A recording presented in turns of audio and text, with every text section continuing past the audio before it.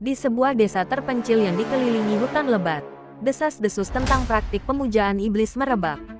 Orang-orang berbicara tentang seorang pria bernama Dharma, seorang penyendiri yang tinggal di sebuah rumah reyot di ujung desa.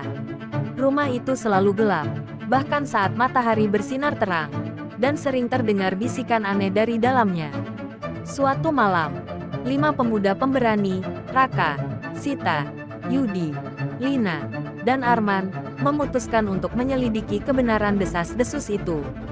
Mereka percaya Dharma hanya seorang pria tua yang dianggap aneh. Namun, mereka tidak menyangka, malam itu akan menjadi mimpi buruk terburuk dalam hidup mereka. Ketika mereka tiba di rumah Dharma, pintu utama terbuka sedikit, seolah-olah mengundang mereka masuk. Udara di dalam rumah terasa berat, seperti ada sesuatu yang tidak terlihat namun sangat nyata. Lilin-lilin hitam menyala di sudut-sudut ruangan, sementara bau dupa yang menyengat menusuk hidung mereka. Di ruang tengah, mereka menemukan sebuah lingkaran besar yang digambar dengan darah di lantai. Simbol-simbol aneh mengelilingi lingkaran itu, dan di tengahnya, terdapat patung iblis yang tampak seperti hidup. Saat mereka mencoba memahami apa yang terjadi, suara langkah kaki terdengar dari lantai atas. "Siapa di sana?" teriak Raka dengan nada gemetar. Tidak ada jawaban, hanya langkah kaki yang semakin mendekat. Dharma muncul dari tangga, matanya memerah dan wajahnya dipenuhi coretan aneh seperti tato ritual. Di tangannya, ia memegang sebuah belati berkarat yang meneteskan cairan merah.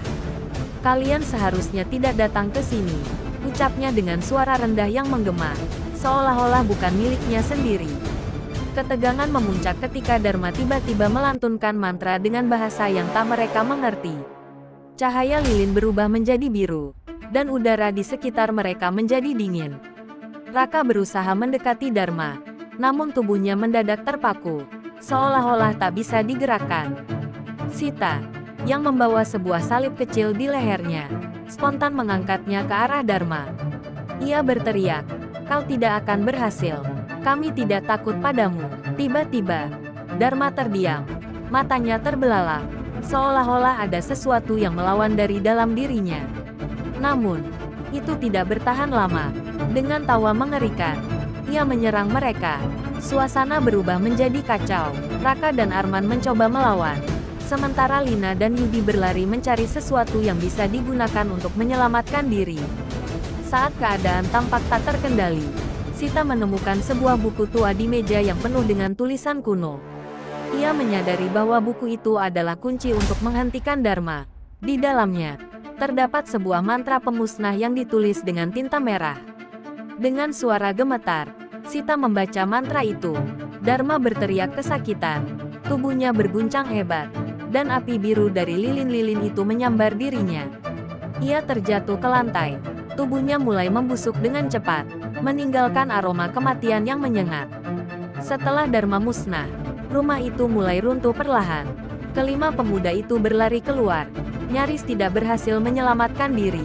Ketika mereka melihat ke belakang, rumah itu lenyap, seolah-olah tidak pernah ada di sana. Namun, mereka tahu bahwa kejahatan itu tidak sepenuhnya lenyap. Lingkaran darah dan patung iblis masih terpatri dalam ingatan mereka, mengingatkan bahwa malam itu hanyalah awal dari sesuatu yang lebih besar dan gelap.